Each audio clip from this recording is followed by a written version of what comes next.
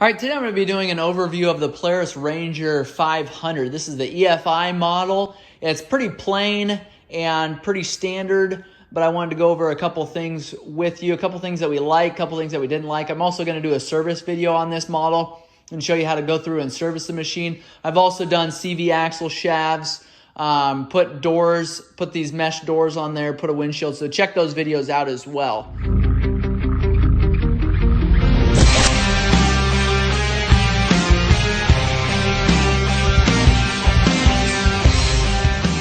It is, like it says right there on the hood there, it is EFI, so it's got the fuel injection system on there.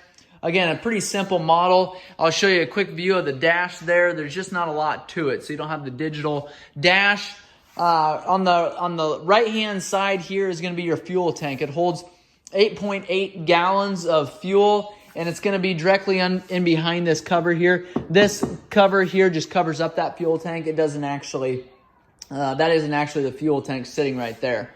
But the cap actually has your fuel gauge in it. If you unscrew it there, you can see that that's got a float that goes up and down. That tells you where your fuel level is. You can get these replaced. You can replace those from Polaris. They really aren't that expensive from Polaris there.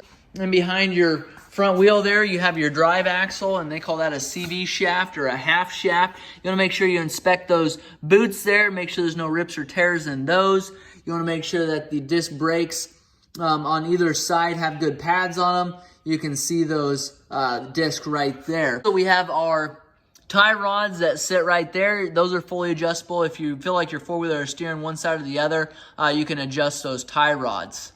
Behind our front bumper here, we have our radiator, and we've got a hood here that can be raised up. Not a lot of storage underneath there, but if you move this bumper forward, and to do that, you just take these two butterfly nuts off of here, and then you can take and actually push this bumper forward, and then there's two rubber hooks on either side of this hood here down below. You got to unstrap those. This entire hood flips up, and you can get underneath there, store some stuff, and you also have your radiator fill cap under there. I believe your brake master cylinder reservoir is under there as well. So if you need to get into that system, that's how you do that.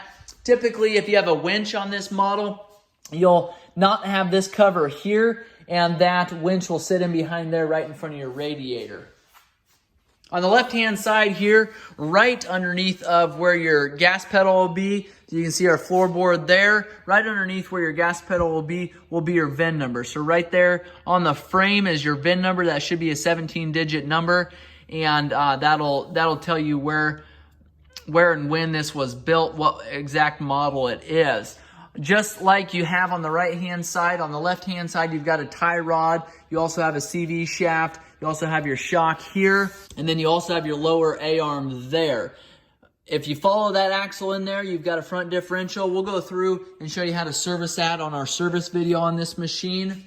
But moving around to the left-hand side here, we've got a cover here to remove this seat. You find the center of your seat here and pull up, and I'll show you that. It's a little bit of a trick to do. You've got to give it a good pull, and you can get that seat pulled off of there. And then right underneath your seat is your motor. Again, I'll show you how to service all of that here on a separate video. You have a lot of your electronics here on the left-hand side.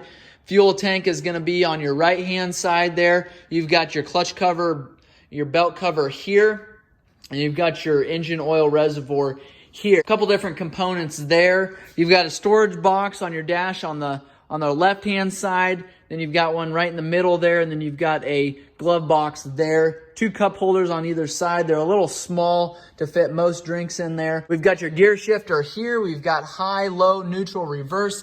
This particular model doesn't have a park feature on the gear shifter. It does have a park brake here. When you turn your ignition switch on, it's a 3-position switch there. And up here, you've got your indicator lights. We've got your brake system, which is here. That should be off. It'll limit your Ranger if that brake is on at all, and you'll feel it cutting out. It may be because that brake is engaged or partially engaged, even though it might not be even putting any pressure on your actual brake pads itself. It could be engaging that sensor there. Over here, you've got your lights. and you just have on off there. You don't have a high and low. This is your 2-wheel drive and all-wheel drive here. It's a 3-position switch as well. A lot of times you can hear a click in the back end when you switch that position. That small little window there on the right of your dash is your hour meter there. That keeps track of how many hours are on your machine. You also have a service light there. That'll tell you there if your Ranger needs some service work done to it. You've got an auxiliary plug for, say, a spotlight or a cell phone charger, something like that. Make sure you don't forget to shut that key off of there, and you can hear that throttle body cycle when you do that. Before I slide the seat all the way on the passenger side of this four-wheeler, a lot of times you'll also find a tag that'll tell you your year that this was built, the month and the date that it was built. Also have your VIN number written on there. You've got 3 seat buckles here, one for the driver, one for the middle passenger, and then one for the far passenger side there, and they are just going to be lap belts. Moving around to the back, I said this was a dump box here. You've got a lever on either side to engage that dump box. Go ahead and pull up on that lever, and there should be a cylinder there to help slow that box from just flipping up.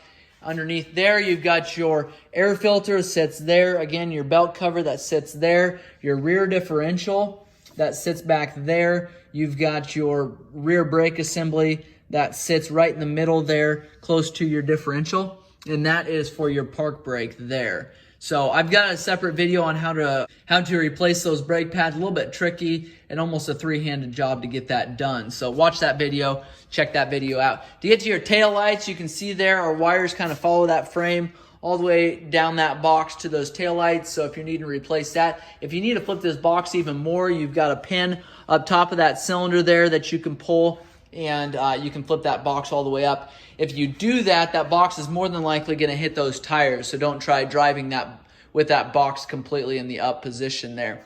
Just like on the front, you've got your shocks, you've got your A-arms, and you've got your CV shafts there. Again, if you need those replaced or need to know how to replace those belts, check out the videos on my channel, as I have done lots of CV boots on all these different makes and models, so make sure and check those out. Moving around to the back of your four-wheeler here on the right-hand side, again, we've got pretty standard tire size here. We got a 25, 11, 12 on the back here, and that's going to be a little bit bigger than your standard ATV, but a lot of UTVs will have that bigger size on the rear. There is your rear differential again. A little bit in front of that is your transmission. They call that a main gear case, and then you have your engine sitting in front of that. You've got your gear shifter linkage there. If that cable is not adjusted properly, you can do that right there at that point on this transmission, and that needs done periodically. What I don't like about these Rangers is because of the panels and the fuel tank that sits right here, that area right there just gets completely filled up with dirt underneath here, and that dirt and mud just sits in there and will stay in there. As even if you take and wash it out several times, it seems like there's always dirt that's going to be sitting in there. That was a quick overview on the Polaris Ranger 500. If you have other questions on this or comments, make sure and leave those below. If this video has been helpful, please hit the like and subscribe button. And we've got hundreds of other videos to service these common problems, issues that we have, stuff that we see, and I can go through a lot of maintenance stuff for these machines.